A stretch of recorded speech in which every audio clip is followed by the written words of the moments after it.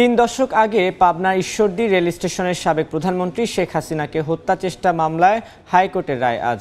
বিচারপতি মোহাম্মদ মাহবুবুল ইসলাম ও বিচারপতি মোহাম্মদ হামিদুর রহমানের সমন্বয়ে গঠিত হাইকোর্টে দ্বৈত বেঞ্চ রায় ঘোষণা করবেন।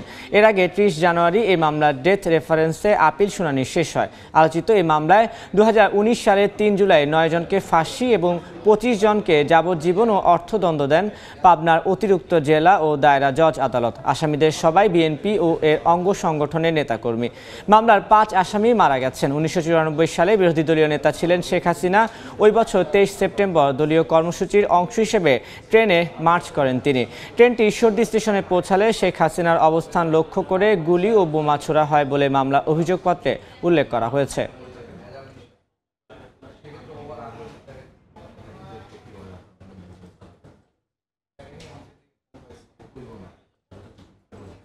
এই মুহূর্তে হাইকোর্ট প্রাঙ্গণে আছেন সহকর্মী আফজাল হোসেন।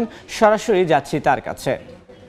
হত্যা চেষ্টার এক মামলায় আজকে হাইকোর্ট রায় দিবেন। এই মামলায় মোট আসামি ৫২ জন, এর মধ্যে ৯ জনেরই মৃত্যুদণ্ড হয়েছিল এবং ২৫ জনের যাবজ্জীবন কারাদণ্ড হয়েছিল, আর ১৩ জন আসামিকে ১০ বছরের কারাদণ্ড দেওয়া হয়েছিল। ২০১৯ সালে এই রায়টি দিয়েছিলেন বিচারিক আদালত এবং এই রায়ের বিরুদ্ধে আসামিরা ডেথ রেফারেন্স আপিল করেন এবং একই সঙ্গে জেল আপিল হয় এবং সেই আপিলের শুনানি শেষে আজকে চূড়ান্ত রায় ঘোষণা করবেন। আপনারা এর মধ্যে দেখতেই পাচ্ছেন যে বিএনপির অনেক নেতাকর্মী হাইকোর্টে এসে উপস্থিত হয়েছেন। বিশেষ করে ঈশ্বরদী উপজেলা বিএনপি, ছাত্রদল, যুবদলের নেতাকর্মীরা যেহেতু এই মামলায় আসামি হয়েছেন এবং এই মামলায় তাদেরকেই সাজা দেওয়া হয়েছে, তাদের অনেক সমর্থক কিন্তু এখন হাইকোর্ট প্রাঙ্গণে এসেছেন। আপনারা দেখতে পাচ্ছেন, আমার পেছনেই দেখতে পাচ্ছেন যে তাদের অবস্থান।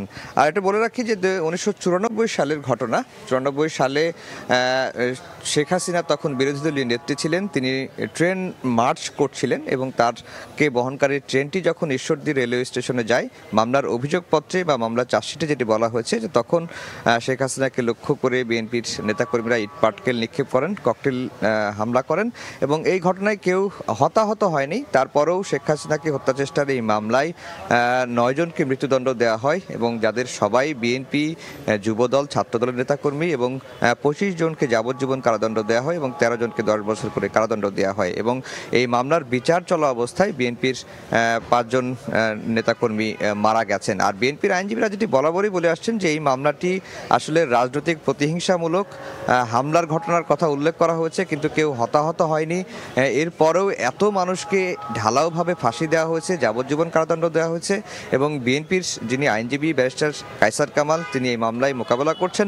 তিনি যেটি বলছেন যে শেখ হাসিনাকে মূলত খুশি করতেই বিচারক এই রায়টি দিয়েছেন। আজকে যেহেতু হাইকোর্টে চূড়ান্ত রায় হবে এবং এই রায়ে তারা ন্যায় বিচার পাবেন, এমনটাই কিন্তু বিএনপির আইনজীবী এরা আমাদেরকে জানিয়েছেন। আর নেতাকর্মীরাও আসলে অপেক্ষা করছেন যে তাদেরকে প্রতিহিংসামূলকভাবে রায় দিয়ে তাদের নেতাকর্মীদের জেলে রাখা হয়েছে, মৃত্যুদণ্ড দেওয়া হয়েছে এবং তাদেরকে কারাগারে যেভাবে রাখা হয়েছিল এই কষ্টের মানে সেটির অবসান আজকে হবে, এমনটাই কিন্তু তারা মনে করছেন। তো মোটামুটি বলা চলে যে প্রায় ৩ দশক আগের যে শেখ হাসিনাকে হত্যা চেষ্টার এই মামলায় আজকে হাইকোর্ট চূড়ান্ত রায় দিতে যাচ্ছেন এবং এই মামলার রায়ে ন্যায় বিচার প্রতিষ্ঠা হবে, এমনটাই কিন্তু বিএনপির নেতাকর্মীরা মনে করছেন বা আশা করছেন। তো এই ছিল হাইকোর্ট থেকে আমার কাছে সবশেষ খবর।